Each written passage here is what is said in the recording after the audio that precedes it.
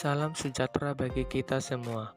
Sebelumnya, kami dari kelompok 9 mengucapkan terima kasih kepada ibu dosen kita yang terhormat, yaitu Bu Riswanti Sigalingging, yang telah memberikan kami kesempatan untuk menyampaikan materi kali ini yang membahas tentang robot sistem irigasi otomatis pada tanaman padi menggunakan Arduino dan sensor kelembapan tanah. Sebelum kami mempresentasikannya, saya perkenalkan terlebih dahulu anggota kelompok kami. Setedi Kendrisitorus atau saya sendiri, Riko Ijariswanda, Yemima Nadia Sidabutar, dan Najarudin. Robotika adalah teknologi yang sekarang sedang berkembang dengan pesat. Banyak negara berlomba-lomba menggunakan teknologi robotika untuk otomisasi di segala bidang kehidupan. Untuk membuat prototip robot sistem irigasi otomatis pada tanaman padi menggunakan Arduino dan sensor kelembapan tanah, diperlukan beberapa komponen alat dan bahan. Yang pertama, sensor hygrometer soil moisture.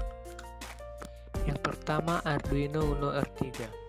Arduino Uno ini berfungsi sebagai arena prototyping sirkuit microcontroller. Kemudian sensor hygrometer soil moisture. Sensor hygrometer ini dapat mengukur kelembapan tanah pada area yang tidak terlalu luas. Oleh karena itu, penempatan sensor harus tepat agar bisa pembacaan sensor maksimal. Kemudian sensor water flow. Sensor water flow ini berguna untuk melakukan pengamatan penggunaan air yang digunakan untuk mengairi sistem irigasi otomatis. Penggunaan air dihitung dari debit air yang mengalir, sehingga didapatkan penggunaan air selama masa tanam sampai masa panen. Kemudian relay. Relay ini nantinya akan dihubungkan ke arus listrik dari tegangan PLN menuju Arduino dan bercabang menuju pompa air. Relay akan dikendalikan Arduino untuk menghidupkan dan mematikan pompa air. Kemudian pompa air. Untuk melakukan pengirigasian pada tanaman padi, relay sebagai pengontrol pompa air dan pompa air untuk mengairkan air ke wadah tanaman padi. Pada sistem ini, pompa air yang digunakan adalah memiliki tegangan 12 volt. Kemudian kabel jumper. Kabel jumper adalah kabel elektrik yang memiliki pin konektor di setiap ujungnya dan memungkinkan untuk menghubungkan dua komponen yang melibatkan Arduino tanpa memerlukan solder. Kemudian breadboard. Dengan memanfaatkan breadboard, komponen-komponen elektronik yang dipakai tidak akan rusak dan dapat digunakan kembali untuk membuat rangkaian yang lain. Kemudian adaptor. Adaptor merupakan sebuah rangkaian yang berguna untuk mengubah tegangan AC yang tinggi menjadi DC yang rendah. Kemudian LED.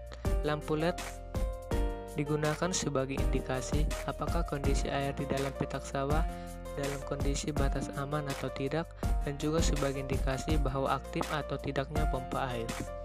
Kemudian sensor ultrasonik. Sensor ini digunakan untuk mengukur ketinggian air di dalam wadah yang berisi tanaman padi. Sensor ini diletakkan di atas wadah tanaman. Kemudian pipa. Pipa berfungsi untuk mengalirkan air ke permukaan tanah tanaman padi.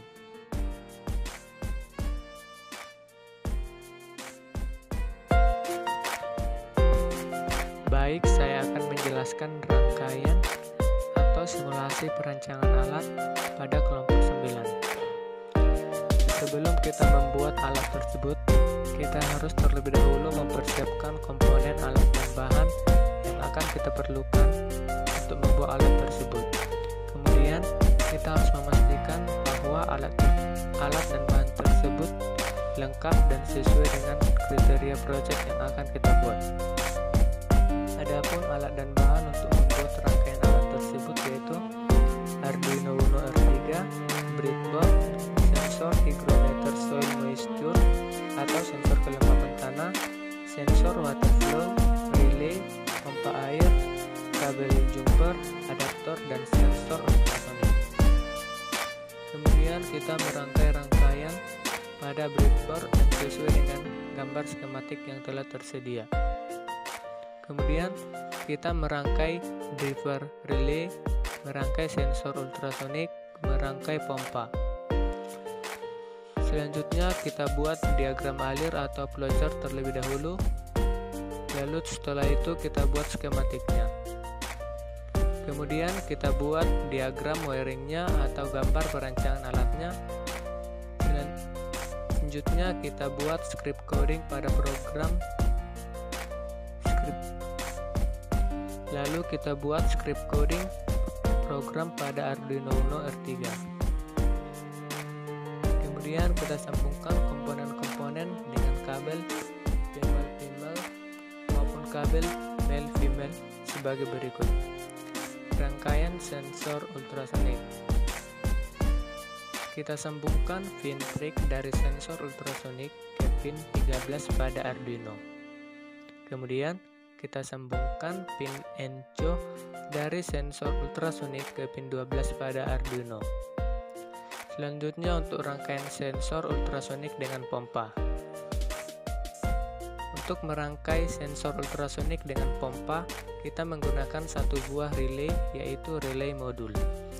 Pada relay modul terdapat 3 pin, yaitu channel, VCC, dan GND.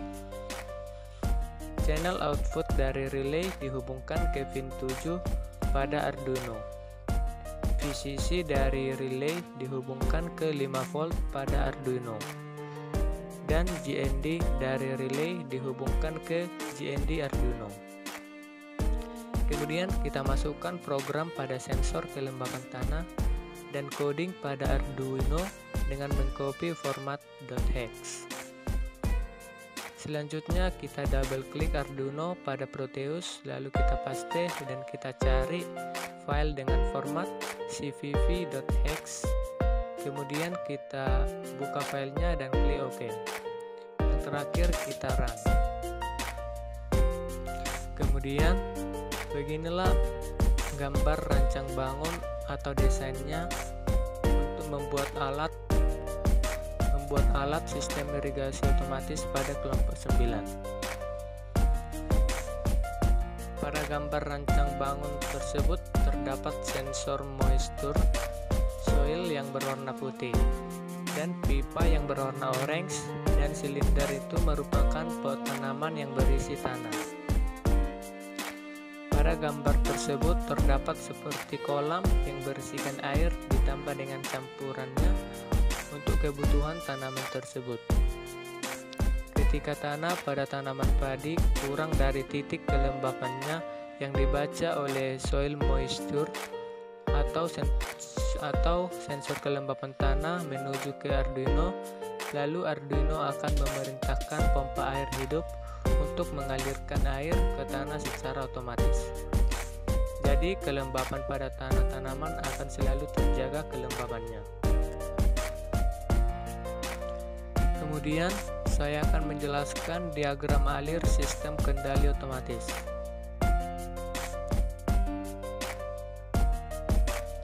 Untuk diagram alirnya bisa dilihat seperti diagram pada gambar.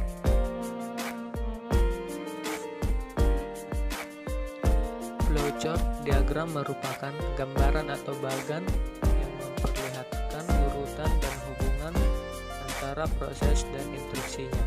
Gambaran ini dinyatakan dalam simbol.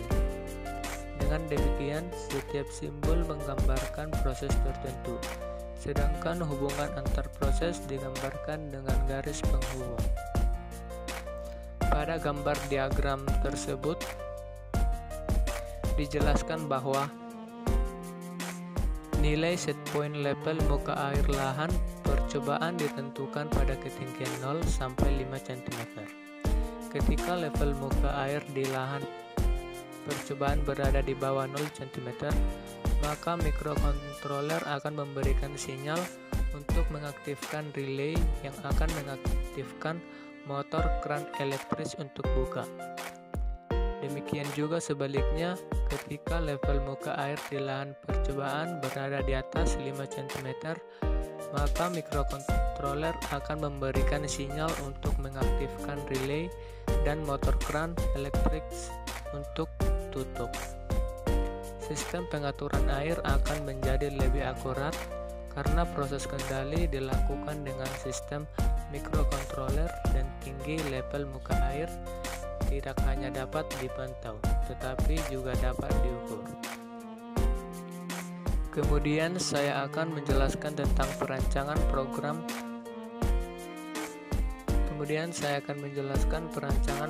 Alatnya. Dalam merangkai alat prototip pada Proteus, kita membutuhkan beberapa langkah terlebih dahulu seperti mengcoding Arduino-nya. Untuk mengcoding Arduino-nya kita menggunakan bahasa C++. Bahasa C++ adalah pengembangan dari bahasa C. Bahasa C++ mendukung konsep pemrograman berorientasi objek dan pemrograman berbasis Windows. Sampai sekarang bahasa C++ terus berkembang dan hasil perkembangannya muncul bahasa baru pada tahun 1995 yang dinamakan Java. Istilah prosedur dan fungsi dianggap sama dan disebut dengan fungsi saja. Hal ini karena di C++ sebuah prosedur pada dasarnya adalah sebuah fungsi yang tidak memiliki tipe data kembalian atau void. Adapun coding yang dapat kita gunakan dalam Arduino ini untuk merangkai alat tersebut sebagai berikut. Untuk codingnya bisa kita lihat di dalam slide.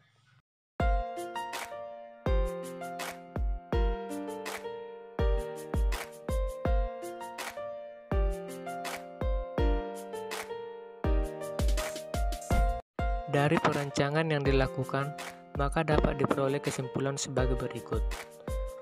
Pertama, pengontrolan secara otomatis akan lebih memudahkan petani sehingga bisa menggunakan waktu untuk memantau air demi kepentingan lain. Yang kedua, pengontrolan ini menggunakan sebuah aplikasi yang sudah dirancang sedemikian rupa agar pengguna dapat dengan mudah menggunakannya. Yang ketiga, irigasi dilakukan secara otomatis oleh sistem tanpa melakukan pengecekan langsung, sehingga dapat menambah efektivitas waktu dan tenaga dari pengguna. Yang keempat, sensor kelembapan tanah IL69 bekerja dengan membaca resistansi tanah untuk mendapatkan nilai tingkat kelembapan. Dan yang kelima, semakin lembab atau basah tanah, maka tanah lebih mudah mengantarkan listrik sehingga resistansi tanah kecil. Sebaliknya, semakin kering tanah, maka tanah sulit menghantarkan listrik sehingga resistansi tanah besar. Demikianlah yang bisa kami sampaikan. Kami mohon maaf jika ada tutur kata yang kurang berkenan. Dan akhir kata kami ucapkan terima kasih.